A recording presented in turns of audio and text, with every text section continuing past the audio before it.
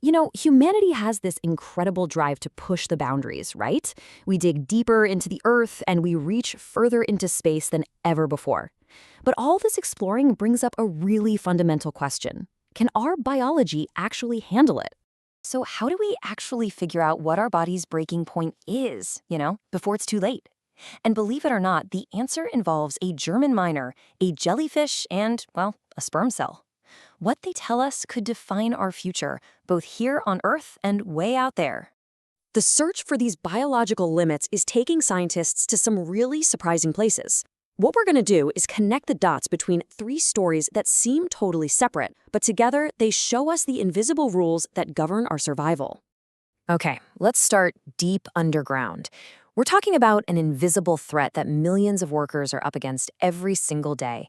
And this isn't some far-off sci-fi problem. This is happening right now, right here on Earth. Just look at that number, 2.3 million. That's how many workers in the US alone are exposed to something called silica dust. It's a huge problem, and for the longest time, the big question has been, exactly how much is too much? So here's the deal. Our lungs are pretty amazing. They have their own little cleaning crew to get rid of particles we breathe in. But silica dust, especially a lot of it, can just totally overwhelm that system. It's a thing called lung overload, and it's basically when your body's defenses just can't keep up anymore. To get to the bottom of this, German researchers dove into decades of data from over 1,400 miners. They were hunting for that exact tipping point. And to find it, they had to test 4 different ideas, 4 different models of how lung damage actually happens. All right, the first model. Think of it like a clogged filter. Super simple, right? Your lungs can clear out dust up to a certain point every year, no problem. But once you go past that limit, that's when the excess dust starts to cause real damage. Model 2 is way more dramatic. I like to think of it as the blown fuse model. The second you cross that annual line, bam, the whole lung cleaning system for that year just fails. And then all the dust from that year, not just the extra stuff, starts causing harm. Now the third model is different.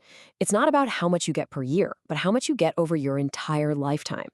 It suggests you could be fine for years and years, but once you hit some massive total amount of dust, a clock runs out and the damage kicks in.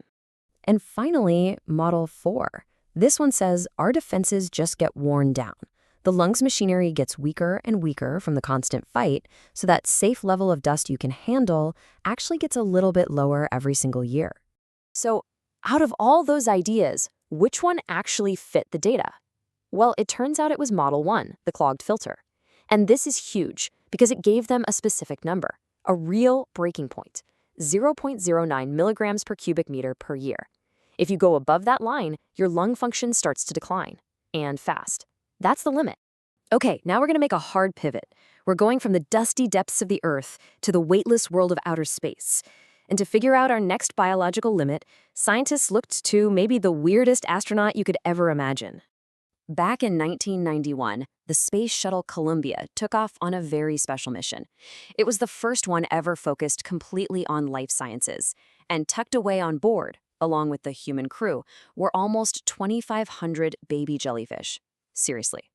So why on Earth send jellyfish into orbit? Well, it sounds kind of crazy, but they actually have some biology that's surprisingly similar to ours.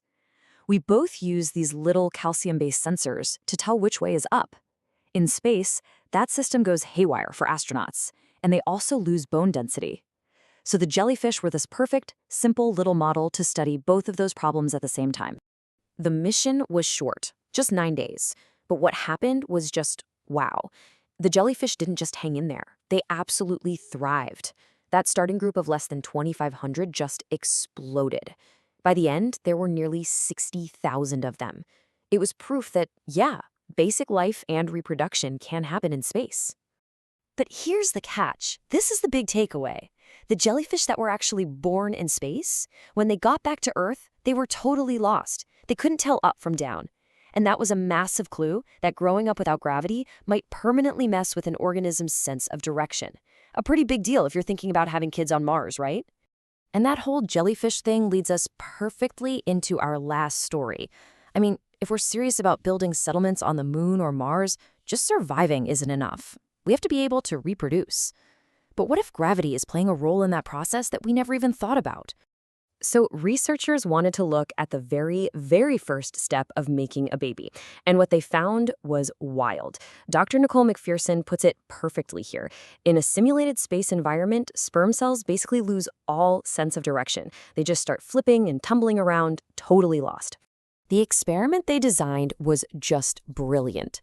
First, they used this machine to spin sperm samples around, which basically cancels out the pull of gravity. Then, they put those sperm into this tiny maze that acts like the female reproductive tract and just counted. They counted how many made it to the finish line. And the results? They were pretty dramatic. You can see it right here. When they took gravity away, there was a 40% drop in the number of sperm that could successfully navigate the maze. It turns out gravity isn't just something that keeps our feet on the ground. It might be an essential guide for the very beginning of life itself.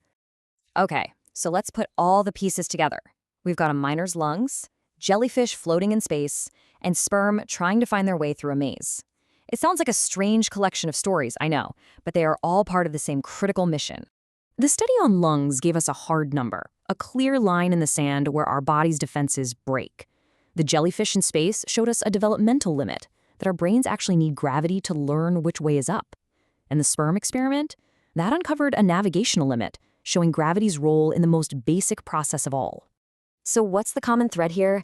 It's the search for the invisible rules, the hidden breaking points coded into our biology. And figuring out these limits is absolutely crucial to keeping people safe, whether they're working miles underground or reaching for the stars. And look, this isn't just some academic exercise. As we get serious about going to Mars and beyond, it forces us to ask, what other parts of our biology are quietly depending on Earth's environment? What happens when we leave it all behind? Answering that, well, that's the great challenge for the next generation of explorers.